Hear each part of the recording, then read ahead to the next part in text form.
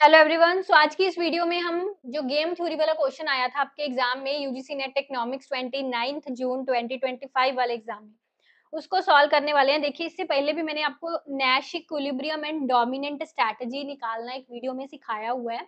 ठीक है। सो अब आज की इस वीडियो में स्पेशली ये है कि weekly dominated and strictly dominated strategy कैसे फाइंड करते हैं, क्योंकि क्वेश्चन आया था इसी से स्पेसिफिकली, है ना। सो आपसे पहले रिक्वेस्ट है, आप इसी चैनल पर मौजूद पहले वो वाली वीडियो भी एक जरूर देख लेना जिसमें dominant strategy and Nash equilibrium सिखाया हुआ है। ठीक है। सो लेट्स मूव अहेड और अपना पेन पेपर निकाल के बैठिए, साथ साथ में मेरे सॉल्व करिएगा, तभी समझ में आएगा।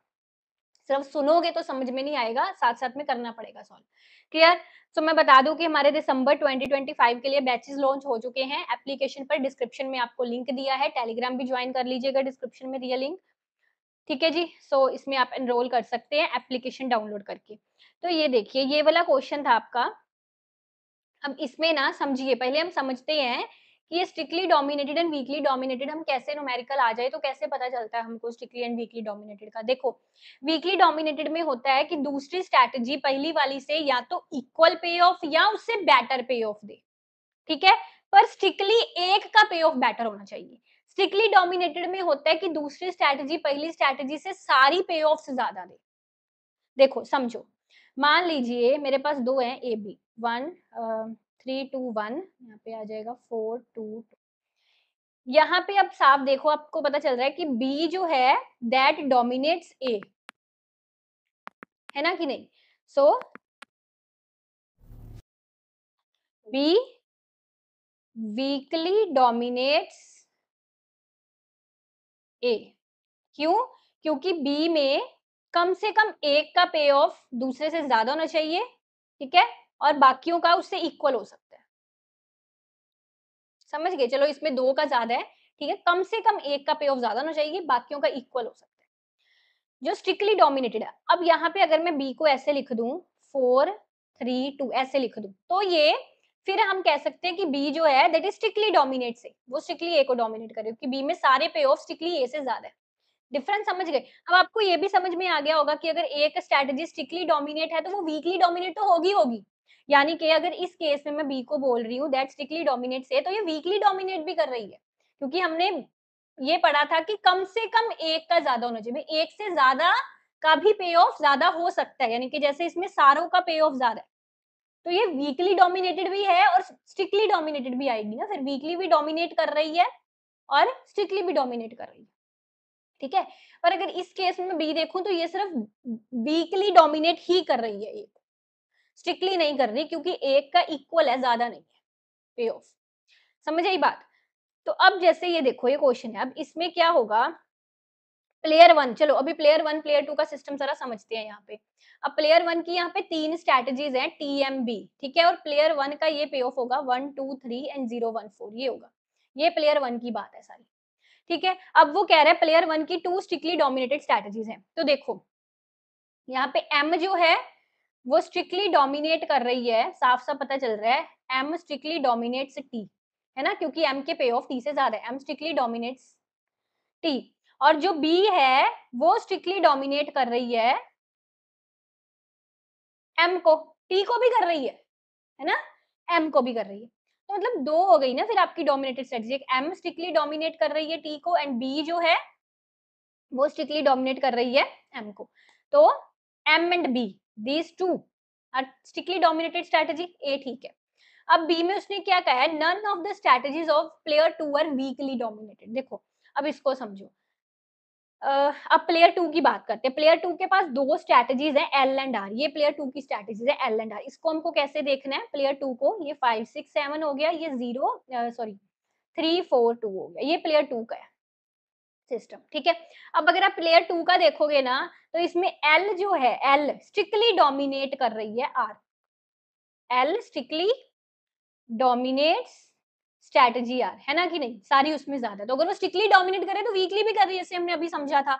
यानी कि एल जो है वो स्ट्रिक्टली डोमिनेट कर रही है आर को, यानी कि वीकली भी कर रही है, बिकॉज वीकली से पार्ट ऑफ, अगर वो स्ट्रैटेजी स्ट्रिक्टली डोमिनेट है तो वो वीकली भी होगी होगी।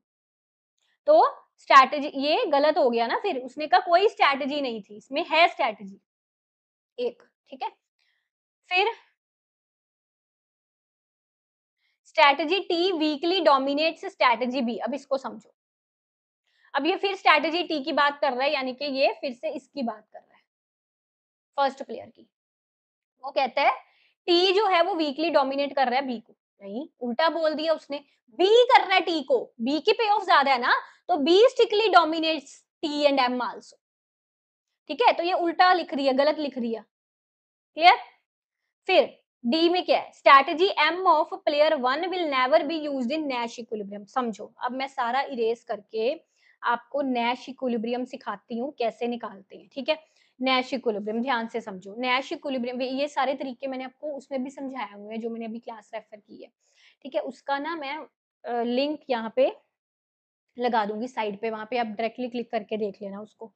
तो अब इसमें क्या है कि ना, पहले हम नैश इक्विलिब्रियम का मतलब समझ लेते हैं। देखिए, Nash equilibrium occurs when each player chooses a strategy that is a best response to the other player strategy. एक प्लेयर अपनी बेस्ट स्ट्रैटेजी चूज कर रहा है given the strategy of other player. दूसरे की स्ट्रैटेजी को गिवन मानकर वो अपनी बेस्ट चूज कर रहा है। ठीक है, वो होता है बेसिकली नैश इक्विलिब्रियम। अब यहाँ पे हम नैश इक्विलिब्रियम निकालना सीखते हैं, जैसे कि इसमें हमको कैसे निकालना है नैश इक्विलिब्रियम। सबसे पहले हम प्लेयर ए का देखेंगे। प्लेयर ए जो है 1 2 3 0 1 2। प्लेयर ए जो है, अगर आप वो देखो कि वो हर हाल में बी को चूज कर रहा है ना, बी को चूज कर रहा है। 1 2 3 3 चूज कर रहा है, 0 1 2 में से वो 2 चूज कर रहा है, मतलब हर हालत में वो बी को चूज कर रहा है। दोनों केसेस में वो जो ए फर्स्ट प्लेयर है वो दोनों केसेस में बी को चूज कर रहा है। ठीक है, तो बी तो उसकी डोमिनेट स्ट्रैटेजी है ही है, सबसे ज्यादा डोमिनेट स्ट्रैटेजी बी है उसकी, है ना। तो अब जो प्लेयर टू है, player two that is 5 6 7 3 4 2। Player two हर हालात में एल को ही प्रेफर कर रहा है आर से, है ना। 5 6 7 एल को ही प्रेफर कर रहा है वो आर से। अब देखो, अगर दोनों के बेस्ट रिस्पॉन्सेज देखें तो दोनों के बेस्ट रिस्पॉन्सेज देखो, ये जो बी है, क्योंकि प्लेयर वन के लिए प्लेयर वन बी चूज कर रहा है ना, इनके 3 एंड 2, ये लास्ट वाला 3 एंड 2, और प्लेयर 2 जो है वो 5 6 7 को चूज कर रहा है। अब दोनों के बेस्ट रिस्पॉन्सेज देखे तो ये लास्ट वाले कॉलम, लास्ट वाली रो का फर्स्ट कॉलम जो है 3 एंड 7, इसमें दोनों के बेस्ट रिस्पॉन्सेज आ रहे हैं, है ना कि नहीं। ये वाला दोनों के बेस्ट रिस्पॉन्सेज इसमें आ रहे हैं, ए के फर्स्ट प्लेयर के भी और सेकंड प्लेयर के। तो ये नैश इक्विलिब्रियम है, यानी कि नैश इक्विलिब्रियम के लिए हम बी को यूज कर सकते हैं, एम को नहीं। मतलब प्लेयर वन की एम को देखकर नहीं आप नैश इक्विलिब्रियम निकाल सकते। क्यों? क्योंकि एम से भी डोमिनेट बी है ना। तो नैश इक्विलिब्रियम निकालने के लिए हमको सबसे बेस्ट देखना होता है, सबसे बेस्ट स्ट्रेटजी इसके लिए प्लेयर के लिए कौन सी है।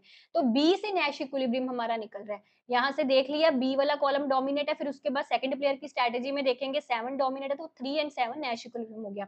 यानी कि स्ट्रेटजी एम जो है उसको नैश इक्विलिब्रियम के लिए हम यूज नहीं कर सकते। ये चीज बिल्कुल ठीक है कही है उसने। ठीक है, अब ई, ये तो हमने अभी देख ही लिया था कि एम स्ट्रिक्टली डोमिनेट कर रही है टी को, है ना, क्योंकि ये ज्यादा है इससे, देखो ज्यादा है, दोनों पे ऑफ ज्यादा है। तो ए डी ई इसका सही जवाब हो गया। Is it clear? Crystal clear हो जाना चाहिए। मैंने बहुत अच्छे तरीके से आपको समझाने का प्रयास किया है। वीडियो अच्छी लगी हो तो मुझे कमेंट करके जरूर बताइएगा। Thank you so much. दूसरों के साथ शेयर करिएगा।